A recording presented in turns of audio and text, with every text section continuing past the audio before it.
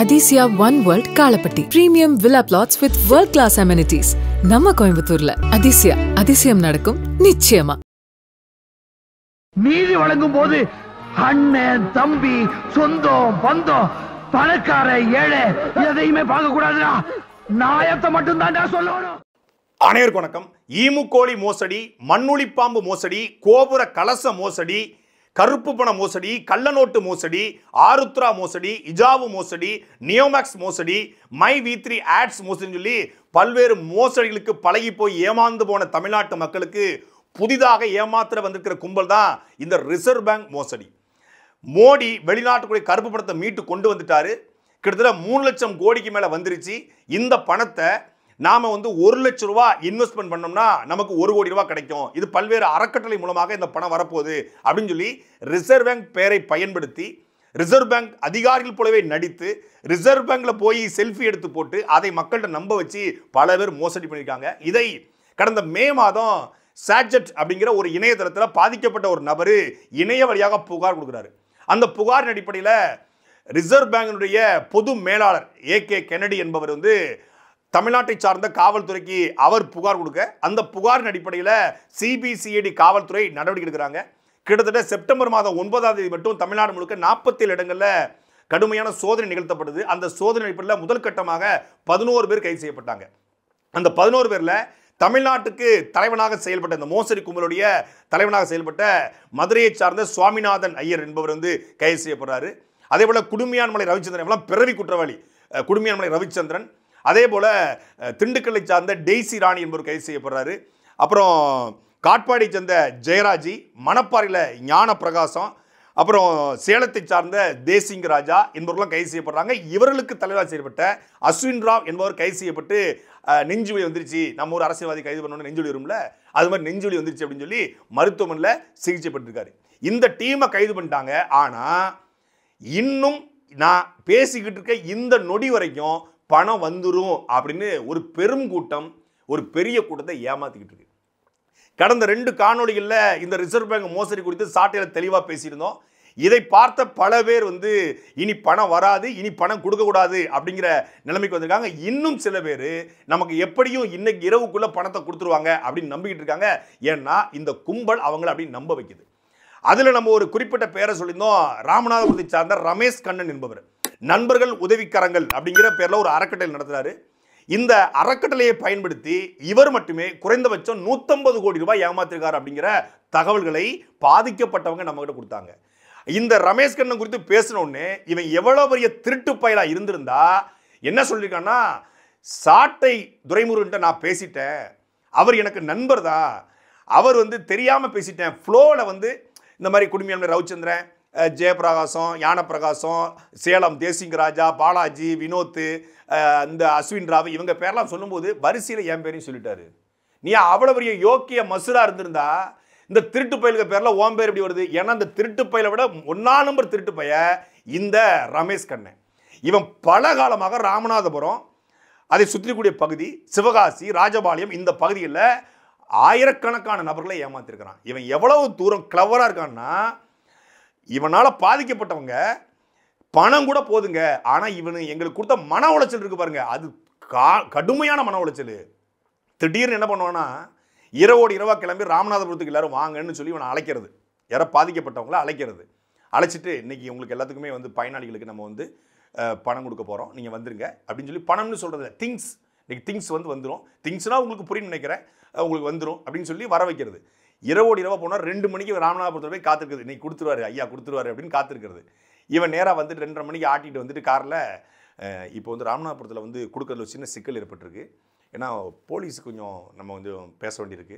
அதனால் நீங்கள் என்ன பண்ணுங்கள், உங்கள் லொக்கேஷன்லாம் அனுப்பிச்சிருங்க, நான் உங்கள் லொக்கேஷனுக்கு பணத்தை அனுப்பிச்சிடுறேன், விடியலுக்குள்ளே காலையில் 7 மணிக்குள்ள உங்கள் லொக்கேஷனில் பணம் வந்துடும் சொல்லி இங்கேருந்து ராமநாதபுரத்துக்கு கார் பிடிச்சிட்டு போனோன்னா காரில் தானே பணத்தை கொண்டு முடியும், பஸ்லேயே கொண்டு முடியும், பெரிய எல்லாமே 5 கோடி 10 கோடி 50 கோடி இல்லை அப்படின்னு திருப்பி ராமநாதபுரத்துலேருந்து அவங்கவுங்க ஊருக்கு அனுப்பிச்சு சிவகாசிக்கு, ராஜபாளையத்துக்கு, விருதுநகருக்கு, திருநெல்வேலிக்கு, தூத்துக்குடிக்கு, கோயில்பட்டிக்கு அவங்கள அனுப்பிச்சி விட்றது. காலையில் அவங்க போய்ட்டு என்ன சார் வரல அப்படின்னா, நேற்று 10 காரில் அனுப்பிச்சோம், அனுப்பும்போது அங்கே போலீஸ் செக் போஸ்ட்டில் ஒரு வண்டி மாட்டிக்கிச்சு, அதனால் நீங்கள் என்ன பண்ணுங்கள், இப்போ அதில் அனுப்புறது நமக்கு சிரமமாக இருக்குது.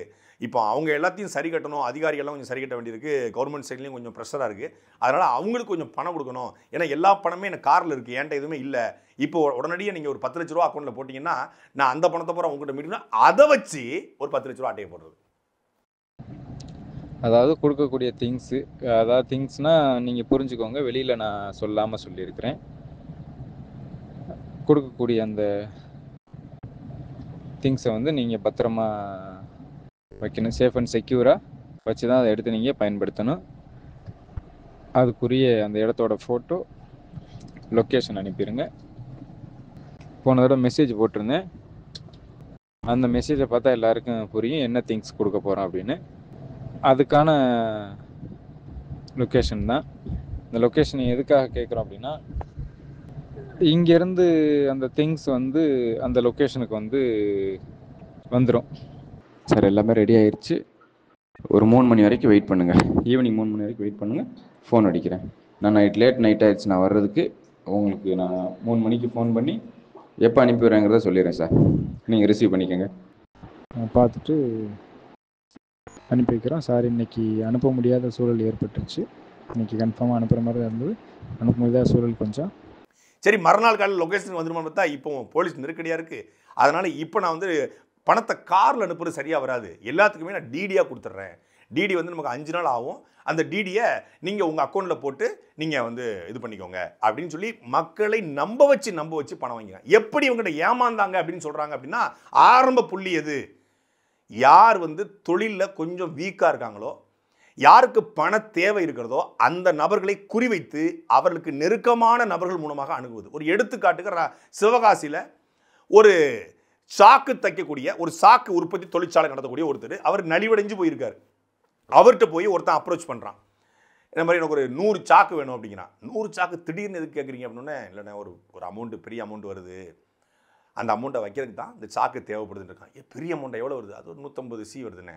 150 சி வருதா? ஆமாண்ணே, நீங்கள் ஒன்றும் கவலைப்படாதீங்க, அண்ணன் கொஞ்சம் கஷ்டப்படுறீங்கன்னு தெரியுது, என்கிட்ட நிறைய இருக்குது, நான் உங்களுக்கு வட்டி இல்லை சும்மா உங்களுக்கு தரேன், ஒரு வருஷம் நீங்கள் வந்து ஒரு அண்ணனுக்கு எவ்வளோ கொடுத்தா சரியாக இருங்க, எனக்கு ஒரு 2 கோடி இருந்தால் 5 கோடி தரேண்ணே, 5 கோடி நான் தர்றேன், நீங்கள் வந்து அதை வச்சு உங்களுக்கு பிஸ்னஸ் டெவலப் பண்ணுங்கள், ஒரு வருஷம் கழிச்சு தம்பிக்கு நீங்கள் பணத்தை திருப்பி கொடுத்தா போதுன்னு லைட்டாக மண்டைக்குள்ளே சுரக்க ஆரம்பிக்குது. 5 கோடி, அப்போ பெரிய சாக்கு ஃபேக்ட்ரியாக போட்டுடலாம், பெரிய பேக் தயாரிக்கக்கூடிய தொழிற்சாலை போட்டுடலாம் அப்படின்னு கிளம்பும். வீடை சரி கட்டிடலாம், ஒரு சின்னதாக ஒரு ஸ்விஃப்ட் கார் வாங்கிடலாம், இல்லை ஒரு ஹுண்டாய் கிரெட்டா கார் வாங்கிடலாம், அப்புறம் நம்ம ஊரில் சின்னதாக ஒரு தென்னந்தோப்பு வாங்கி போட்டணும், அப்பா லைஃப்பில் செட்டில் ஆகிடணும்ப்பா அப்படிங்கிற மாதிரி வரும். அப்புறம் நம்ம சம்பாதிச்சுட்டு அந்த பணத்தை நம்ம திருப்பி கொடுத்துக்கலாம் அப்படின்னு அன்னைக்கு இரவு முழுக்க தூக்கம் வராது. 5 கோடி அப்படின்னோடனே மொத்தமும் முடிஞ்சிருச்சு. அதுலேயே அரெஸ்ட் ஆகி 2 நாள் அந்த மண்டை ஓடிக்கிட்டு இருக்கும். அப்புறம் 2ஆவது நாள் அப்ரோச் பண்ணுறது, அண்ணா ஒன்றும் இல்லைண்ணே, இப்போ நம்ம வந்து இந்த எப்படி இன்வெஸ்ட் பண்ணுறோம்னா நமக்கு ஒரு நம்பகத்தன்மை வேணும். 5 கோடி நம்ம சும்மா நம்ம வாங்கி கொடுக்க முடியும், நம்மளும் வேறு இடத்துல தான் வாங்கி கொடுக்க போகிறோம். அவங்களுக்கு ஒரு நம்பிக்கைத்தன்மை கொடுக்குறதுக்காக சில டாக்குமெண்டேஷன்லாம் அவங்க கேட்குறாங்கன்னு சொல்லி Aadhaar card, PAN card, ration card, EB reading card, அப்புறம் அவன் இருக்கக்கூடிய டாக்குமெண்ட்ஸ் ஜெராக்ஸ் என்னென்ன இருக்கோ எல்லாத்தையும், அவன் ஜட்டியோட கலர் முதற்கொண்டு எல்லாத்தையும் கம்ப்ளீட்டாக வந்து வாங்கிட்டு போயிடுவாங்க. வாங்கி ஒரு டாக்குமெண்டேஷன் பண்ண போகிறாங்கன்னு நம்பிடுறது. ₹1 கேட்க மாட்டாங்க, டாக்குமெண்டேஷன் முதல்ல டாக்குமெண்ட் அப்புறம் கொடுங்க, அப்புறம் ஸ்கூல் சர்டிஃபிகேட்டு, அவன் காலேஜ் சர்டிஃபிகேட்டு, என்னென்ன சர்டிஃபிகேட் அவன் வீட்டில் இருக்குமோ எல்லா சர்டிஃபிகேட்டையும் மொத்தமாக ஜாதி சான்றிதழ் முதற்கொண்டு அவன்கிட்ட வாங்கி வச்சுக்கிறது. அப்போ நம்பமாக பண்ண போகிறாங்கன்னு. அப்புறம் என்ன பண்ணுறது, ஆனால் ஒன்றும் இல்லை, இப்போ இந்த டாக்குமெண்டேஷன்லாம் பண்ணி நம்ம வந்து ஆவணப்படுத்த வேண்டியிருக்கு, அப்படின்னா தான் நமக்கு நம்பிக்கையாக பணம் வரும். அப்படின்னோடனே என்ன அப்படின்னா, அதுக்கு ஒரு நீங்கள் வந்து இன்வெஸ்ட்மெண்ட் பண்ணணும். நீங்கள் வந்து சும்மா அவங்க பணம் தர மாட்டாங்க. ஒரு ₹1,00,000 நீங்கள் இன்வெஸ்ட்மெண்ட் பண்ணிங்கன்னா உங்களுக்கு 1 கோடி தராங்க. தம்பி தரது ஒரு பக்கம் கூட இந்த பிஸ்னஸில் நீங்கள் இன்வெஸ்ட்மெண்ட் பண்ணலாம் அப்படின்னு சொல்லி ₹1,00,000 இன்வெஸ்ட் பண்ணுங்கன்னு சொல்லி 1,00,000 இன்வெஸ்ட் பண்ணால் 1 கோடி, 1 கோடி வரப்போகுது. நீங்கள் ஒரு 50 லட்சம் இன்வெஸ்ட் பண்ணிங்கன்னா உங்களுக்கு 50 கோடி கிடைக்கும். நீங்கள் 5 லட்சம் பண்ணிங்கன்னா நீங்கள் 5 கோடி கிடைக்கணுன்னே, சரி நான் ஒரு 10 லட்சம் பண்ணுறேன், எனக்கு ஒரு 10 கோடி கொடுங்களேன் அப்படின்னே 10 லட்சத்தை வாங்குறது. இந்த 10 லட்சத்தை ஒருத்தட்ட கிடையாது, இப்படி பல பேர்கிட்ட வாங்கியிருக்கானுங்க, கொஞ்சம் கொஞ்சமாக வாங்கியிருக்காங்க. இதில் பல பெண்கள், பல ஆண்கள், தொழிலதிபர்கள், அப்புறம் வந்து அரசியல்வாதிகள், காவல்துறை அதிகாரிகள், எல்லாத்துக்கும் சகட்டு மேனிக்கு. நான் எடுத்துக்காட்டுக்கு ஒரு சம்பவத்தை சொல்கிறேன். இப்படி ஒவ்வொருத்தராக பார்த்து குறி வச்சு பணத்தை வாங்குறானுங்க. பணத்தை வாங்கின மக்களை எப்படிங்க ஏமாந்தீங்க அப்படின்னு கேட்டால், அவங்க ஏமாறுறது தெரியாமல் ஏமாத்திருக்கானுங்க. நேராக போயிட்டு நீங்கள் இந்த இடத்துல தான் இருக்கீங்களா அப்படிங்கிறதுக்கு இருப்பிட சான்றிதழ் வாங்கிட்டு வாங்க அலைய விட்டுறது. இப்போ பொதுவாக இந்த வில்லேஜ் அட்மினிஸ்ட்ரேட்டிவ் ஆஃபீஸர்ஸு இல்லை வந்து ரெவன்யூ டிபார்ட்மெண்ட்டு இருப்பிட சான்றிதழ் கொடுக்குறது இல்லை. இவங்க இருப்பிட இந்த இடத்துல இன்னார் மகன் இன்னார் வாழ்றான்னு ஒரு சான்றிதழ் வாங்குறதுக்கு இவங்க அலையோன்னு தாசில்தார் ஆஃபீஸருக்கும் விஓ ஆஃபீஸுக்கும் அலைய விடுறது. அதில் ஒரு 2 மாதத்தை கடத்தி விடுறது, போய் அலைஞ்சிட்டு வான்னு. இருப்பிட சான்றிதழ் வாங்கி கொடுத்த உடனே அப்புறம் அடுத்த போய்க்கு தயாராகும். இன்னும் 2 நாள் பிரதர், இன்னும் 2 நாளில் நமக்கு வந்து எல்லாம் வரப்போகுது, எல்லாம் அப்ரூவல் ஆகிடுச்சு. இது கவர்மெண்ட் ப்ராசஸ் அப்படிங்கிறதுனால கொஞ்சம் சென்ட்ரல் கவர்மெண்ட் ப்ராஜெக்ட், அதனால் தமிழ்நாடு கவர்மெண்ட் கொஞ்சம் அவங்க இது பண்ணுறாங்க. அங்கேயும் நம்ம சரி கட்ட வேண்டியிருக்கு, அதிகாரியில் கொஞ்சம் சரி கட்ட வேண்டியிருக்கு அப்படின்னு சொல்லி அதற்கு ஒரு அமௌண்ட்டை போடுறது. இப்படி கொஞ்சம் கொஞ்சமாக அவங்களுக்கு தெரியாமலேயே அவங்க பணத்தை கொஞ்சம் கொஞ்சமாக ஏமாற்றிருக்காங்க. நம்மகிட்ட இருக்க கேள்வி என்னென்னா, 1 லட்ச ரூபா ஒருத்தருக்கு நம்ம கை மாத்தா கொடுக்குறோம். யாருக்கு? நம்ம தெரிந்த நண்பர் ஒருத்தருக்கு 1 லட்ச ரூபா கை மாத்தா கொடுக்குறோம். என்னைக்காவது 1 லட்ச ரூபா கொடுத்ததை 1 லட்ச ரூபாயை திருப்பி கொடுத்துட்டான்னா அவர் ரொம்ப ரொம்ப நியாயஸ்தன். இந்த காலகட்டத்தில் 1 லட்ச ரூபா கொடுத்து சொன்ன தேதியில் 1 லட்ச ரூபா திருப்பி கொடுத்துட்டான்னா அவர் ரொம்ப நியாயஸ்தன். எனக்கு தெரிஞ்சு நான் பல பேருக்கு கடன் கொடுத்துருக்கேன். 1 லட்சம் கொடுத்து 1 லட்சம் வந்ததே கிடையாது. 10,000, 15,000, 25,000. நம்ம 1 லட்சம் கொடுத்தா அவன் 85,000 8 மாதம் கழிச்சு கொடுப்பாங்க, பிரித்து போட்டு. 15,000 அவன் வெட்டி எடுத்துக்கிறான். அப்படிதான் இருக்காதான் யதார்த்தம்.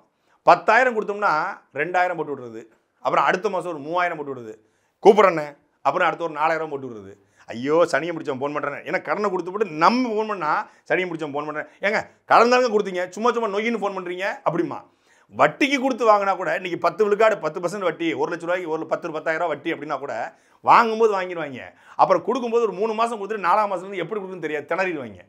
அப்புறம் வந்து 6 மாதம் ஃபோனை எடுக்காமல் வட்டி கொடுத்தவன் அலைன்னு அலைஞ்சி அவன் நடந்து நரம்பெல்லாம் தேஞ்சி அப்புறம் நீ வட்டி வேணா ராசா அசலை மட்டும் கொடு அப்படின்னு கேட்குற நிலைமையில தான் இன்றைக்கி இருக்குது. அதான் யதார்த்தம். பேங்கில் 10 லட்சம் போட்டு வச்சா கூட பேங்கு 10 லட்சத்துக்கு வட்டி தர மாட்டேங்குது. ஆனால் இவன் 1 லட்சம் கொடுத்தா 1 லட்சமே திருப்பி வராது. 1 லட்சம் கொடுத்தா 1,10,000 தர்றேன் அப்படின்னு சொன்னால் கூட அது பேராசை தான். 1 லட்சம் கொடுத்துட்டு 1,10,000 நான் 1 வருஷம் கழிச்சு திருப்பி தரேன் கூட அதுவே பேராசை.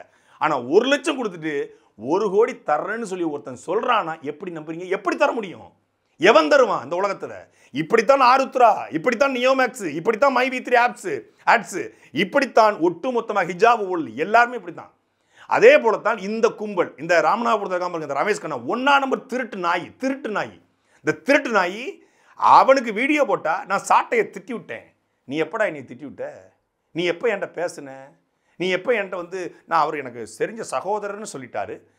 அதாவது எல்லா எதிர்ப்புகளையும் தங்களுக்கான வாய்ப்புகளாக பயன்படுத்தக்கூடிய ஒரு திருட்டு கும்பல் தமிழ்நாட்டில் நடமாடி கொண்டிருக்கு. எனக்கு இருக்க கேள்வி என்னென்னா, இப்போ சாதாரணமாக தமிழ்நாட்டில் ஒரு காவல்துறையிட்ட போய் ஒரு புகாரை கொடுத்தா 100 ரூபா ஏமாத்திருந்தா கூட நீங்கள் வழக்கு போடுறீங்க.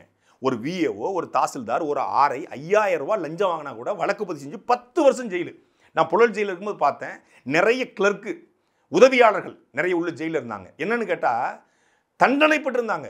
6 வருஷம் 7 வருஷம் எவ்வளவுன்னு லஞ்சம் வாங்கினு கேட்டிங்கன்னா, திருச்சியில் ஒரு கிளர்க்கு 5,000 ரூபா லஞ்சம் வாங்கினதுக்கு 7 வருஷம் ஜெயிலில் இருக்காரு. ஏங்க 5,000 ரூபாய் லஞ்சம் வாங்கியிருக்கு, 7 ஆண்டுகள் ஜெயிலில் வைக்கக்கூடிய இதே அரசு, காவல்துறை, சட்டம், நீதிமன்றம் பல ஆயிரம் கோடிகளை தமிழ்நாட்டு மக்கள்கிட்ட ஒருத்தன் கொள்ளையடிச்சு கொண்டிருக்கிறார்கள். இன்னைக்கு வரைக்கும் புகார் வரல. ஏன் நீங்கள் புகார் வரல? தெரிஞ்சிருச்சு இல்லை, இவன் தெரிஞ்சிருச்சு இல்லை, நீங்கள் வழக்கு பதிவு பண்ண மாட்டீங்களா? அவனை தேடி கண்டுபிடிக்க மாட்டீங்களா? நேற்று இரவு வரைக்கும் குரல் பதிவு போட்டிருக்கான். ஞாயிற்றுக்கிழமை மதுரைக்கு வாங்க, தலைமை பயனாளர்கள் எல்லாரும் வாங்க, நீங்கள் உங்களுக்கு வந்து டிடி கொடுக்கப்படும். நேற்று வரைக்கும் இந்த ரமேஷ் கண்ணன் நேற்று வரைக்கும் குரல் பதிவு போடுறான் வாட்ஸ்அப் குரூப்பில். அது மட்டும் இல்லாமல் மக்களை த்ரெட்டன் பண்ணுறது. ஒருவேளை நீங்கள் இந்த மாதிரி போலி வீடியோக்களை நம்பி, அது நம்மளாம் போலி வீடியோக்களை நம்பி காவல்துறையிட்ட புகார் கொடுத்தீங்க அப்படின்னா எங்களுக்கு ஒன்றும் இல்லை, உங்களுக்கு தான் லாஸு. எல்லாம் கூடி பலனடையும் போது நீங்கள் போய் புகார் கொடுத்துட்டீங்கன்னா பணம் வராது. ஆனால் இன்னும் இவங்க சொல்கிறத நம்பி பல பேர் புகார் கொடுக்காம இருக்காங்க. சத்தியமாக சொல்கிறேன், திருப்பதி கோவிலில் போட்ட உண்டியல் காசு கூட அது கூட வர்றதுக்கான வாய்ப்பு இருக்குது. அது வராது, வாய்ப்பு இருக்குது. ஆனால் இந்த மாதிரி திருட்டு நாய்கள்கிட்ட போட்ட காசு 100 விழுக்காடு வரவே வராது. ஆருத்ராவில் போட்ட பணம் வந்துருச்சா? நியோமேக்ஸில் போட்ட பணம் வந்துருச்சா? மைவி3 ஆட்ஸில் போட்ட பணம் வந்துருச்சா? ஹிஜாவில் போட்ட பணம் வந்துருச்சா? எத்தனை எம்எல்எம் கம்பெனி, ஈமு கோழி, எத்தனை மண்ணுளி பாம்பு மோசடி, எத்தனை இருடிய மோசடி வந்துருச்சா? வராது. இதுவும் வராது. இதுவரைக்கும் கொடுத்தவர்களுக்கு பணம் வராது. இனிமேல் கொடுக்காதீங்க, இனிமேல் ஏமாதீங்க அப்படின்னு சொல்றதுக்கு தான் வீடியோ போட்டால் அந்த வீடியோ வச்சும் அவன் சம்பாதிக்கிறான். ரஜினிகாந்த் பேரை பயன்படுத்தி சிவகார்த்திகேயன் இன்வெஸ்ட்மெண்ட் பண்ணியிருக்காரு, சோனம் சூட் இன்வெஸ்ட்மெண்ட் பண்ணியிருக்காரு, நடிகைகள் நிறைய பேரை சொல்லியிருக்காங்க, அவங்க இன்வெஸ்ட்மெண்ட் பண்ணியிருக்காங்க. இந்தியாவுடைய பிரதமர் மட்டும் தான் இவங்க இன்வெஸ்ட்மெண்ட் பண்ணல, வேற எல்லாரும் பண்ணிட்டாங்க. அதே மாதிரி இந்த வீடியோ வருது, ஆடியோ வருது, கம்ப்ளைண்ட் கொடுக்க போகிறாங்க, அங்கே போய் கம்ப்ளைண்ட் கொடுத்துருக்காங்க அப்படிங்கிறதெல்லாம் நினச்சி யாரும் கலக்கமும் வேண்டாம், கலங்கவும் வேண்டாம், பயப்படவும் வேண்டாம். வேலை வெட்டி இல்லாதவங்க ஏதாவது செய்துக்கிட்டு இருப்பாங்க, ஏதாவது போட்டுட்ருப்பாங்க. அவங்களுக்கு அது ஒரு வேலையாக இருக்கும். அது ஒரு மனநோய் மாதிரி. இந்த வீடியோ வர்றது, ஆடியோ வர்றது, கம்ப்ளைண்ட் கொடுக்க போகிறது, கம்ப்ளைண்ட் கொடுக்குறது, அதெல்லாம் யார் என்ன சொன்னாலும் நீங்கள் பொருட்படுத்திக்கிற வேணாம். நல்ல முறையில் இருந்து இவ்வளோ காலம் காத்துட்டு இருந்துட்டீங்க, நல்ல முறையில் இருந்து எல்லாத்தையுமே வாங்கிக்கோங்க. யாரும் யார் பேச்சையும் கேட்டு கடைசி நேரத்தில் பாதிப்படைஞ்சிடாதீங்க. அவ்வளோதான் சொல்லுவோம். யார் பேச்சையும் கேட்டு நீங்கள் உங்களுக்கான அந்த பயன் கிடைக்கக்கூடிய அந்த பயனை நீங்கள் வீணாக்கிறாதீங்க, இழந்துடாதீங்க. இன்றைக்கி கூப்பிட்றவங்க கூப்பிட்டு தேரை இழுத்து தெருவில் விட்டுட்டு போன மாதிரி விட்டுட்டு போயிடுவாங்க. அதனால் அந்த இதை இழந்துடாதீங்க. பின்னாடி போவீங்க, அவங்க வாட்டில் அவங்க வேலையை பார்த்துட்டு போயிடுவாங்க. பின்னாடி போனவங்க தான் இழந்து போய் நிற்பீங்க. அதையும் தெளிவாக சொல்லிடுறேன். இந்த கும்பல் மக்களை எப்படி மிரட்டுது அப்படின்னா, இந்த பணம் 10 லட்சம் 20 லட்சம் 50 லட்சம் கொடுத்துறாங்க இல்லையா, கொடுக்கும்போது இவங்ககிட்ட செக் வாங்கிடுறான், எம்டி செக்கு. அதே போல் டாக்குமெண்ட் வாங்கிடுறாங்க, டாக்குமெண்ட்டில் கையெழுத்து வாங்கிறாங்க.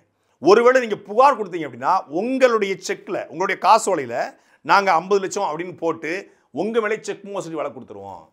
நீங்கள் டாக்குமெண்ட்டை கையெழுத்து போட்டு கொடுத்துருக்கீங்க, அந்த டாக்குமெண்ட்டை வச்சு உங்கள் வீட்டில் எழுதி வாங்கிடுவோம்.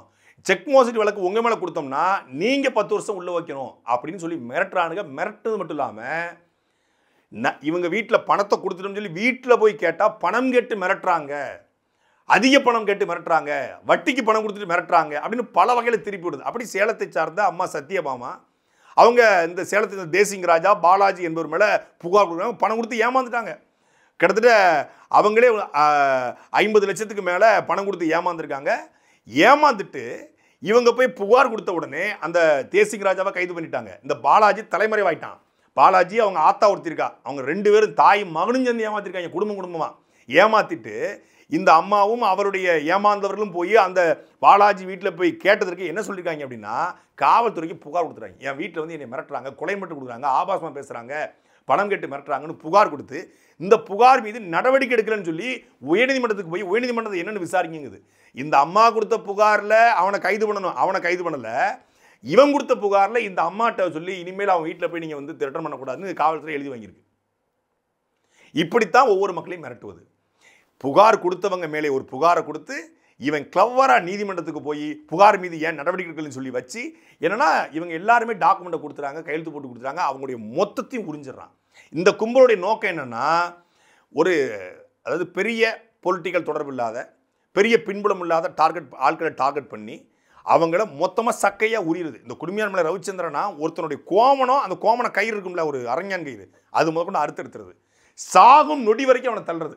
இதுக்கு மேலே அவனோட போராடவே முடியாதுடா, எதுவுமே இல்லை, சைக்கிள் எல்லாத்தையும் எடுத்து பிடுங்கிட்டு சூசைட் நிலைமைக்கு தள்ளுது. இவர்களால் தமிழ்நாட்டில் பல பேர் தங்கள் உயிரை மாய்த்து கொண்டிருக்காங்க அப்படிங்கிற செய்தி உண்மையிலே பெரிய வருந்தத்தக்க செய்தி. அப்படி இந்த குடும்பியான்மலை ரவிச்சந்திரன் கைது செய்யப்பட்டான். இன்னும் குண்ட சட்டம் போடப்படலை. இவனெல்லாம் குண்ட சட்டம் போட்டு 1 ஆண்டு சிறைப்படுத்தணும். இந்த குண்ட சட்டங்கிறது இவனை போன்ற சீட்டிங் பேரொழிக்கு கண்டுபிடிக்கப்பட்டது. இந்த அஸ்வின் ராவ், அதே போல் வினோத்னு ஒருத்தன் இன்னும் கைதாகாமல் தெரிஞ்சுக்கிட்டு இருக்கான். கேரளாவில் இப்போ சொல்கிற நேரத்தில் ஒருத்தன் ஏமாற்றிக்கிட்டு இருக்கான். கேரளாவில், ஆந்திராவில், கர்நாடகாவில், இந்தியா முழுக்க இந்த கும்பல் இந்த கைங்கரியத்தை செய்து கொண்டிருக்கிறது. அப்படித்தான் இந்த ரமேஷ் கண்ணன் பிறவி குற்றவாளி. என்ன பண்ணுறான்னா 2 அரசு பள்ளிகளை தத்தெடுப்பதாக அறிவிக்கிறான். அது பெரிய பத்திரிகையில செய்தியாக வருது. சரி, தினத்தந்தி, தினமலரா, இல்லை தினகரனா, தினகரன் கூட ஃப்ராடு, ஏதாவது முக்கியமான செய்தி சேனல் இதாக இருக்குன்னு பார்த்தா இல்லை. அந்த ஊரில் இருக்கக்கூடிய லோக்கலாக ஒருத்தன் பத்திரிக்கை வச்சுருப்பான்ல, ஒரு ஆள், ஒரே ஒரு குறுக்கள் வர வழிவிடுங்கிற மாதிரி ஒரே ஒருத்தன் படிக்கக்கூடிய பத்திரிக்கை இருக்கும். அந்த பத்திரிகையில் ஒரு 5000 10,000 கொடுத்து இவன் ஃபோட்டோ போட்டு அரசு பள்ளிகளை தத்தெடுக்கும் நண்பர்கள் உதவிக்கரங்கள் ரமேஷ் கண்ணன் பேட்டி அப்படின்னு போடுறது. உள்ளூரில் கூடிய 4-5 சேனலுக்கு பணத்தை கொடுத்து பேச விடுறது, உள்ளூர் இருக்கக்கூடிய பத்திரிகைகளுக்கு அதை கொடுத்து செய்தியாக்கி போடுறது, இதை எடுத்து இந்த குரூப்பில் போடுறது. பள்ளிக்கூடத்தே தத்தெடுத்திருக்காருல, பெரிய கல்வி வள்ளலாக இருப்பாருன்னு நினச்சி பார்த்தா இவன் களவாணி பையன். ராமநாதபுரம் மாவட்டம் கடலாடி தாலுகாவுக்கு உட்பட்ட ஓடைக்குளம் தான் இவனுடைய சொந்த ஊர். இந்த ரமேஷ் கண்ணனுடைய ஊர். இவன் ஆளுக்கும் உருவத்திற்கும் இவனுடைய சீட்டிங் புத்திக்கும் சம்மந்தமே கிடையாது. இவன் சம்மந்தப்பட்டவர்கள் அத்தனை பற்றியும் அந்த மொத்தமாக விசாரிச்சாச்சு. விசாரிக்கும் போது பெரிய ஃப்ராடு அப்படின்னு வெளியே வந்திருக்குது. பல்வேறு கட்சிகளில் அவன் இருந்திருக்கிறான். அப்போ அந்த கட்சிகளோட பழகி இருக்கிறான். எல்லாத்தையும் தன்னுடைய சீட்டிங்காக பயன்படுத்தியிருக்கிறான். அந்த ஊரில் எந்த கைங்கரியத்தையும் பண்ணல. ஏன்னா ஊருக்குள்ளே வச்சா தெரிஞ்சிடும், உத வாங்கிடும்னு தெரிஞ்சு ஊருக்குள்ளே எந்த சரியும் பண்ணல. ஆனால் ஊரை தவிர எல்லா ஊர்லேயும் ஆட்டையை போட்டுக்கிறான் இந்த ரமேஷ் கண்ணன். இவனை இன்றைக்கும் காவல்துறை கைது செய்யாமல் வேடிக்கை பார்க்கறது தான் மிகப்பெரிய ஆச்சரியம். என்னன்னா காவல்துறை அதிகாரிகள் சில பேரோட ஃபோட்டோ எடுத்துக்கிறது. ராமநாதபுரத்துக்கு எந்த எஸ்பி வந்தாலும் சும்மா மரியாதை நிறுத்தமாக எவன் போய் போனால் தான் எஸ்பி பார்ப்பாங்களே. சரி, எஸ்பிக்கு அவங்களுக்கு ஒரு விளம்பரம், இவர் வந்து பார்த்துருக்காரு, அவர் வந்து பார்த்துருக்காரு. இன்னும் பல எஸ்பிகள் விளம்பர எஸ்பிகளாக தான் இருக்காங்க. அப்படிங்கும்போது அவர் வந்து மாலையை போட்டு ஒரு சால்வையை கொடுத்து ஒரு பழக்கூடையை கொடுத்தோடனே ஒரு ஃபோட்டோ எடுத்து விட்டுருவாங்க. யார் என்னன்னு தெரியாது. அந்த ஃபோட்டோ வச்சுக்கிட்டு எஸ்பி நமக்கு ரொம்ப க்ளோஸ் ஃப்ரெண்டு அப்படின்னு ஒரு அதை வச்சு ஒரு ஆட்டையை போடுறது. வரை உள்ள அனைத்து பயனாளிகளாகிய சகோதர சகோதரிகளுக்கும் அன்பு வணக்கம். வருகிற 27/11/2024 அன்னைக்கு புதன்கிழமை காலையில் 10:45 மணிக்கு நம்ம சென்னையில் லீமெரிடியன் ஹோட்டலில் டிடி பேங்கர் செக்கு காசோலை கொடுக்கறதுக்கு ஆரம்பிச்சு அன்னைக்கு கொடுத்து முடிச்சிடறோம். அது யார் யார் அப்படிங்கிற நேம் லிஸ்ட்டை தலைமை பயனாளி கையில் நான் ஒப்படைச்சிருவேன். நம்ம வேலை வந்து நல்லபடியாக நடந்து முடிஞ்சிருச்சு அப்படிங்கிறதுக்காக ஒரு சில ஆவணங்கள் வந்து நான் இப்போ இந்த பதிவில் காட்டுறேன். ரொம்ப குரூசியல் டாக்குமெண்ட் காட்ட வேணாம் அப்படின்னு சொல்லியிருந்தாங்க, வீடியோ பதிவு மட்டும் போட சொல்லியிருந்தாங்க. இருந்தாலும் கூட நான் இவ்வளோ காலம் நீங்கள் பயணப்பட்டு வந்ததுனால ஒரு நம்பிக்கையோடு இருக்கணும் அப்படிங்கிறதுக்காக காட்டுறேன். எல்லாருக்குமே வந்து நமக்கு இந்த மாதிரி தான் நமக்கு டிடி வந்து பேக்கிங் பண்ணி கொடுத்துருக்காங்க. எல்லாருக்குமே டிடி கம்ப்ளீட் ஆயிடுச்சு. மெயின் மீடியேட்டர் வரைக்கும் பேக் பண்ணி நமக்கு ஒப்படைச்சிட்டாங்க, வந்துருச்சு. என்னுடைய கையில் இருக்குது, வந்துருச்சு. அதே மாதிரி டாக்குமெண்ட் நமக்கு வந்து அனுமதி கடிதம், அப்ரூவல் காப்பிக்குரிய அரசு தரப்புல வந்து கொடுத்துக்கூடிய டாக்குமெண்ட்டு. இப்போ இது எல்லாத்தையுமே இந்த நீங்க பேங்க்கு போய் எல்லாம் கிளியரன்ஸ் பண்றதுக்கு ஒரு தொகை வந்து இனிமேல் வந்து தலைமை பயனாளிகளோ அல்லது அவங்களுக்கு கீழே இருக்கக்கூடிய பயனாளிகளோ அனாவசியமா பேசுறது, அனாவசியமான வார்த்தைகள் பேசுறது, ரெக்கார்டு எனக்கு வர்றது, இந்த மாதிரி அனாவசியமா இருக்கிறதுலாம் யாரும் வச்சுக்க வேணாம். அப்படி யாரும் பேச வேணாம். அப்படி யாராவது பேசி வந்தால் கண்டிப்பா அவங்களுக்கு நான் நிப்பாட்டிடுவேன். ஏன்னா என் கையில எல்லாமே சரியா இருக்கு. நீங்க எங்க போனாலும் நான் அதை சரி பண்ணிக்கிடுவேன். கண்டிப்பா நிப்பாட்டிடுவேன். தலைமை பயனாளி உள்பட கீழே இருக்கக்கூடியவங்க வரைக்கும் நிப்பாட்டிடுவேன். இது வரைக்கும் பேசினதெல்லாம் போதும். இனிமேல் எல்லாரும் அதை நிறுத்திக்கோங்க. பேசினதெல்லாம் போதும். இப்போ யார் யாருக்கு இந்த லிஸ்ட் வந்திருக்கு அப்படிங்கிறவங்களுடைய பேரை வந்து நான் சொல்லிடுறேன். நிறைய பேருடைய பேரை நிறுத்திடுவோம், அதிகமாக இதுக்கு முன்னாடி பேசுனவங்களோட பேரெல்லாம் நிப்பாட்டி வச்சிருவோம் அப்படின்றது கம்பெனி தரப்புல இருந்தும் நிர்வாக தரப்புல இருந்தும் எல்லாருமே சொல்லிட்டாங்க. யார் யார் அதிகம் பேசியிருக்காங்களோ, யார் யார் என்னென்ன பண்ணியிருக்காங்களோ. அதுக்கப்புறம் அவங்க எங்கே போனாலும் நம்ம கையில் எல்லாமே இருக்கிறதுனால நான் அதை என்ன செய்யணுமோ எப்படி பண்ணணுமோ சரி பண்ணிக்கிடுவேன். அதனால யாரும் எதுவும் பேச வேண்டாம். மறுபடியும் சொல்றேன், யாருக்குள்ள யாரும் எதுவும் பேச வேண்டாம். எல்லாரும் நல்ல முறையில் வந்து இந்த டிடியும் பேங்கர் செக் எல்லாமே வாங்கி ஒரே நாளில் கோடீஸ்வரன் ஆவது எப்படி அப்படின்னு வடிவேலு ஒரு படத்துல விளம்பரம் பண்ணிடுவாரு. விளம்பரம் பண்ண மக்கள் பூரா வந்து உட்காந்துருவான். உட்காந்துட்டு இப்போ என்ன சொல்றது அப்படின்னு சொல்லி யோசிச்சுட்டு இருப்பாரு. அப்போ போயிட்டு பார்த்திபன்ட்ட கேட்ட உடனே போய் சொல்லு அப்படின்னு காதுல சொல்லிவிடுவாப்புல. நான் எப்படி உங்கள் எல்லாத்தையும் 100 ரூபா வாங்கி பணக்காரனானோ அதே மாதிரி நீங்கள் எல்லாரும் 100 ரூபா வாங்கி பணக்காரனாயிருங்க. இதுதான் யோசனை. நல்லா இருக்குல்ல? ஆமாம் நல்லா இருக்கு அப்படின்னு சொல்லி முட்டடி வாங்குவாப்புல. அதே மாதிரி எல்லாத்தையும் 100 ரூபா வாங்கி வடிவேல் எப்படி பணக்காரனாருக்கு யோசனை கொடுத்தாரோ அதே மாதிரி தான் இந்த அஸ்வின் ராவ், அதே மாதிரி தான் இந்த குடுமியான்மலை ரவிச்சந்திரன், அதே மாதிரி தான் இந்த ரமேஷ் கண்ணன், அதே மாதிரி தான் இந்த ஞானப்பிரகாசம். இப்படி தமிழ்நாடு முழுக்க பல அஸ்வின் ராவுகள், பல குடுமியான்மலை ரவிச்சந்திரர்கள் தமிழ்நாடு முழுமைக்கு இருக்காங்கிறதா அதிர்ச்சித்தமான செய்தி. வடிவேலு காமெடிக்கு பண்ணாரு, அதை நிஜத்தில் பண்ணிக்கிட்டு இருக்கான். 100 ரூபா வாங்கி நான் பணக்காரன் ஆகிட்டேன். அது மாதிரி நீங்கள் கொஞ்சம் பயனாளிகள் பிடிங்க. தலைமை பயனாளிகள், இதுக்கு பேர்கள் வேற ஒரு வச்சுருப்பாங்க. ஏபிசிங்கிற மாதிரி ஒரு பேர்கள் வேற வச்சுருப்பாங்க. இவர் தலைமை பயனாளி, அவருக்கு கூடிய பயனாளி அப்படின்னு. பயனாளியா? என்னடா பயனாளி? அவன் பயனாளிடா, ஏமாளி. வேணா முதல் கட்ட ஏமாளி, 2ஆம் கட்ட ஏமாளி, 3ஆம் கட்ட ஏமாளி, தலைமை ஏமாளி அப்படின்னு ஏமாளி தான் பேர் வைக்கணும். அதாவது ஏமாறுகிறவன் இருக்கிற வரை ஏமாற்றுகிறவன் இருப்பான், ஏமாற்றுகிறவன் இருக்கிற வரை ஏமாறுகிறவனும் இருப்பான். திருடனாய் பார்த்து திருந்தாவிட்டால் திருட்டை ஒழிக்க முடியாதுன்னு பாடுனாங்க. ஆனால் திருடர்கள் திருந்த மாட்டார்கள், நாம தான் திருத்தணும். இன்றைக்கும் பணம் வரும், நம்ம பணம் வந்துடும், இது உழைச்ச பணம் வந்துடும், நம்ம சாமிகிட்ட வேண்டியிருக்கோம் வந்துடும் அப்படின்னு நினைத்து கொண்டு இவர்கள் மீது ஏமாந்தவர்கள். நான் ரமேஷ் கண்ணங்கிறது ஒரு எடுத்துக்காட்டு. ரமேஷ் கண்ணன் போல பல பேர் இருக்கான், பேர் தெரியல, பல பேர்லாம் இன்னும் புகார் கொடுக்க மறுக்கிறாங்க. எங்கள் பேரை சொல்லிடாதீங்கன்றாங்க. ஏன்னா ஒருவேளை வந்துருச்சுன்னா பணம், எங்கள் பேரை சொல்லி நாங்கள் புகார் கொடுத்துச்சுன்னா எங்களுக்கு மட்டும் வராமல் போயிடுச்சுன்னா, உங்ககிட்ட சொல்லி நீங்கள் வீடியோவில் போட்டிங்கன்னா எங்களுக்கு மட்டும் தராமல் போயிட்டாங்கன்னா இன்னும் பணம் வரும்னு நம்பிக்கிட்டு இருக்காங்க. அதாவது மொட்டை மாலேருந்து கூச்சிட்டு சக்திமான் காப்பாற்றுவார் அப்படின்னு நம்புறதும், இவங்கிட்ட பணத்தை கொடுத்துட்டு 1 லட்சம் கொடுத்தா 1 கோடி வரும்னு நம்புறதும் ஒன்று தான். இது ஒரு டீம் 2 டீம்லாம் இல்லை, எல்லா ஊர்லையும் இருக்காங்க. தஞ்சாவூரில் நித்யானந்தம் சந்திரா அப்படின்னு ஒரு டீமு, சேலத்தில் வந்து அன்புமணி, முத்துலட்சுமி, கேசவன் அப்படின்னு ஒரு டீமை கைது பண்ணியிருக்காங்க. தமிழ்நாடு முழுக்க பல பிரிவுகளாக அவனவன் சக்திக்கு எவ்வளவு ஆட்டையை போட முடியுமோ அவ்வளோ ஆட்டையை போட்டிருக்கான். இந்த எம்எல்எம் கம்பெனிகள் ஒரு காலத்தில் வந்துச்சு. எம்எல்எம்ல வந்து 250 ரூபாய்க்கு ஒரு பேக்கேஜில் நீங்கள் வாங்கிட்டீங்க அப்படின்னா நீங்கள் வந்து அதுக்கு மெம்பர் ஆகிடுவீங்க. அப்புறம் மாதம் மாதம் நீங்கள் 4-5-6 பேரை சேர்த்து விட்டிங்கன்னா உங்களுக்கு வந்து கார்டு வரும் அப்படின்னு சொல்லுவாங்க இல்லையா. சதுரங்க வேட்டை போன்ற படங்கள் தமிழ் சினிமாவில் வந்து ஒட்டுமொத்த தமிழர்களுக்கும் மிகப்பெரிய விழிப்புணர்வு கொடுத்துச்சு. உண்மையிலே சதுரங்க வேட்டை படம் என்பது கொண்டாட வேண்டிய படம். அந்த படத்தை பார்த்த யாரும் ஏமாற மாட்டாங்க. நான் சிறையில் இருக்கும்போது இந்த மாதிரி பல ஊழல்களை கேள்விப்பட்டேன். தீபாவளி சீட்டு ஆரம்பிப்பாங்க, ஜனவரி மாதம் ஆரம்பிச்சிருவாங்க. ஜனவரி மாதத்தில் ஒரு விளம்பரம் பண்ணுவாங்க. இப்போ வாட்ஸ்அப் வந்து ரொம்ப ஒரு நவீன தொழில்நுட்பத்தை சீட்டிங்காக பயன்படுத்தக்கூடிய திருட்டு பசங்க, டேவிட் பசங்க வந்திருக்காங்க. இப்போ ஜனவரியில் ஆரம்பிக்கிறது போட்டு ஜனவரியிலேருந்து மாதம் நீங்கள் வந்து 1000 கட்டலாம், 5000 கட்டலாம், 10000 கட்டலாம். 1000 ரூபா கட்டினா 10000 ரூபா. அதுக்கு உங்களுக்கு வந்து நூற்றுக்கணக்கான வெடிகள், இனிப்புகள், துணிமணிகள் அப்படின்னு போடுவாங்க. மணி கூட கிடைக்காது கடைசியில். இப்படி போட்டு 10000 ரூபா 10 மாதம் அக்டோபர் வரைக்கும் கட்ட வருது. சரியாக அக்டோபர் மாதம் வாரம் செல்ஃபோன் சுவிட்ச் ஆஃப். சொல்லி முடிஞ்சு. பொங்கல் சீட்டு, தீபாவளி சீட்டு, நகை சீட்டு, ஏழை சீட்டு, இப்படி பல சீட்டிங் புழல் ஜெயில் இருந்துச்சு. எப்படி தெரியுமா இருந்தாங்க? ஆளை பார்த்தா ஒரு பழைய வேட்டி, பெரியார் கட்டுற மாதிரி பழைய வேட்டி, பழைய சட்டை, ஒல்லியாக இருக்கான். என்னடா சீட்டிங்னு கேட்டால் 100 கோடி ரூபாய் சீட்டிங். சரி ரெக்கவரி கொடுப்பீங்கன்னு கேட்டால் ரெக்கவரி தர மாட்டோம். அதான் கம்ப்ளைண்ட் பண்ணிட்டாங்கல்ல. கம்ப்ளைண்ட் பண்ணாமல் இருந்திருந்தால் நாங்கள் ரெக்கவரி கொடுத்துருப்போம்.